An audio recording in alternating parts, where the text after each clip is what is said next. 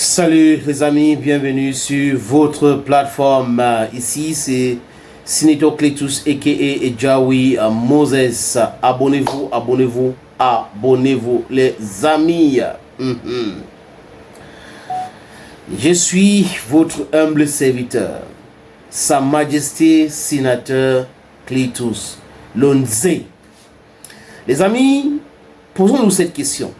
Est-ce que la France a la capacité de faire une guerre pendant 2 semaines? Je parle d'une guerre en haute intensité. Est-ce que cette France qu'on voit aujourd'hui est capable de le faire? Non. La France n'a jamais gagné une guerre. Je répète pour la gouverne des jeunes et ceux qui ne sont pas informés. Pour votre information, l'Hexagone n'a jamais gagné une guerre. La France a perdu toutes ses guerres. Première guerre mondiale, la France a perdu lamentablement. Si ce n'était que les Alliés qui sont mis ensemble pour pouvoir défaire les Allemands. Et c'est comme ça qu'il y a eu le traité de Versailles.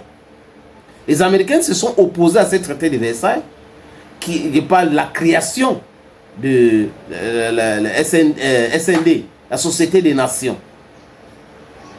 SDN, je crois, quelque chose comme ça. La Société des Nations. Mais pour les réparations, vous avez vu que le montant qu'on avait demandé aux Allemands, les Allemands n'ont pas payé parce que même les Américains étaient avec eux. Woodrow Wilson, pour la petite histoire. Ça concerne la Première Guerre mondiale. Après, il y a eu la guerre de l'Indochine. Ou la Deuxième Guerre mondiale, si vous voulez, parce que 14 et 37, 38, là. La France a été humiliée par les Allemands en quelques semaines seulement. C'est la femme de l'Europe. Parce que la France bavarde trop, comme les femmes qui n'ont pas eu une bonne éducation. Il y a certains hommes aussi qui bavardent. Ce n'est pas péjoratif. Donc la femme de l'Europe, c'est la France. Trop de gesticulation. Dans les médias, les experts, entre guillemets, trop de gesticulation, les amis. C'est la faiblesse. Quand on est faible, on bavarde beaucoup. On n'est pas méthodique. Il n'y a pas de stratégie. On pense que c'est parce qu'on va huler. Le message va passer, les gens auront peur de nous. Non. Cette France-là, qui a été aidée par la Russie, la mer Rouge, si vous voulez, l'Union soviétique, pour humilier les Allemands et Hitler, c'est cette France-là aujourd'hui qui pense qu'elle est tellement forte pour faire le bruit et menacer la Russie. Pour ceux qui ne savent pas, la gesticulation d'Emmanuel Macron aujourd'hui vient du fait que la Russie vend les armes aux pays africains pour se défendre contre le terrorisme, le désordre, la déstabilisation voulue, instigée et financée par la France. Donc je vous ai parlé de la première. Je ne vais pas laisser les histoires de Napoléon et autres. Parce que si vous allez là-bas, c'est toujours les échecs. C'est-à-dire que échec à échec, Napoléon a échoué pour conquérir la Russie. Échec total. Donc il y a des échecs comme ça, on peut continuer les amis. Vous allez, la liste est longue. Deuxième guerre mondiale, je vous ai parlé de ça. Si on part maintenant en Indochine, la France a été humiliée, maltraitée. Alors que c'est elle qui a déclenché la guerre. En Indochine, une colonie, et la France ne voulait pas partir. La France a déclenché la guerre contre les indépendantistes algériens. Et la France les traitait de maquisards et de terroristes. Donc vous venez chez quelqu'un, vous occupez les terres, vous pillez, vous spoliez, vous violez, vous assassinez les gens. Et les gens se lèvent pour vous dire, les FLN à l'époque, le Front de la Libération, vous dites non, ils sont les terroristes, ils sont les maquisards. C'est exactement la même chose que cette France criminelle a fait avec les UPCistes au Cameroun. La République du Cameroun n'est pas le Cameroun francophone. Parce que le Cameroun a une autre histoire. Moi, je suis anglophone. Ernest Wanji a été assassiné. Assassiné. En 71, ça va pour ça. Avant lui, on a décapité Ali Belingwe au Mnyobe.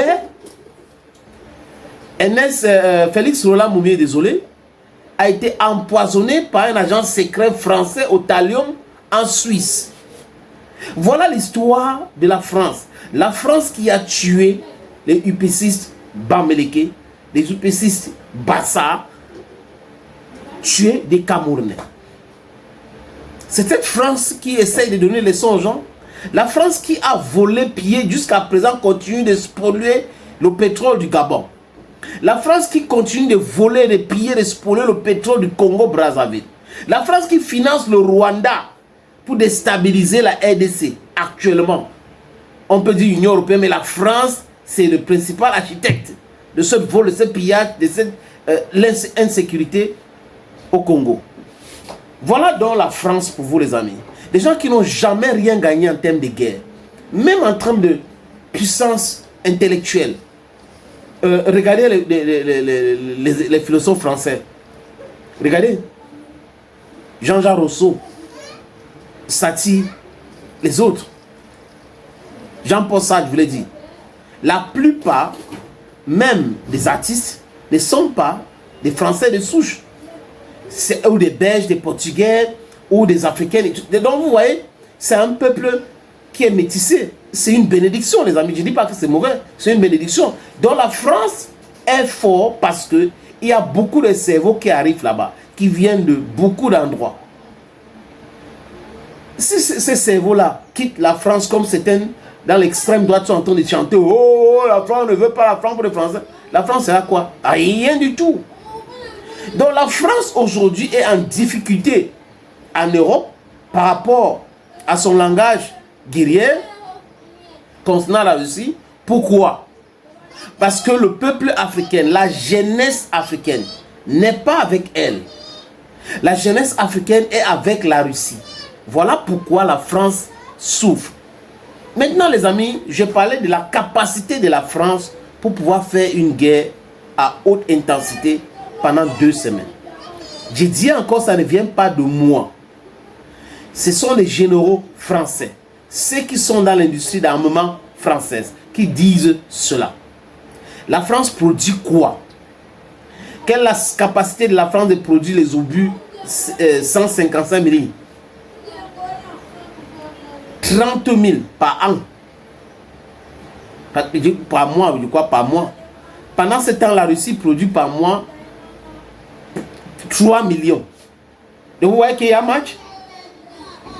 Il n'y a pas match. Les Ukrainiens par jour tirent 50 000 obus de 155 mm. La France produit 30 000 par mois.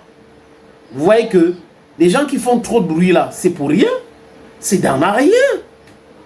Macron, il est conscient que la capacité de production de la France d'armement conventionnel est tellement réduite. La France n'a pas de matières premières.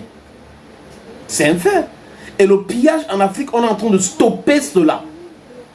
On est en train de mettre un thème brutalement avec la communication, avec la pression, et on pousse certains chefs d'État africains de dire non à cette stupidité-là.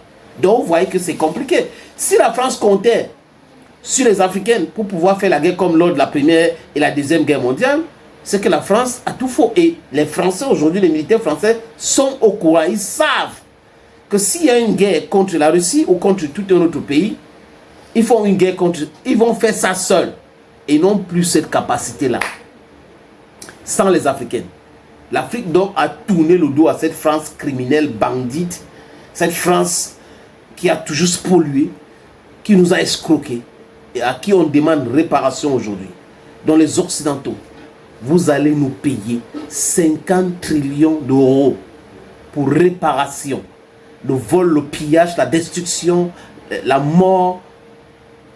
Ils ont tué tout en Afrique. Les valeurs africaines, l'éducation africaine, ils ont venu tuer. On avait tout ça chez nous. Mais voilà des gens qui essayent de donner les leçons aux autres. Open your eyes. Africa should be free and we are free in Africa. Les amis, je termine par ceci. L'Afrique ou la mort, nous vaincrons.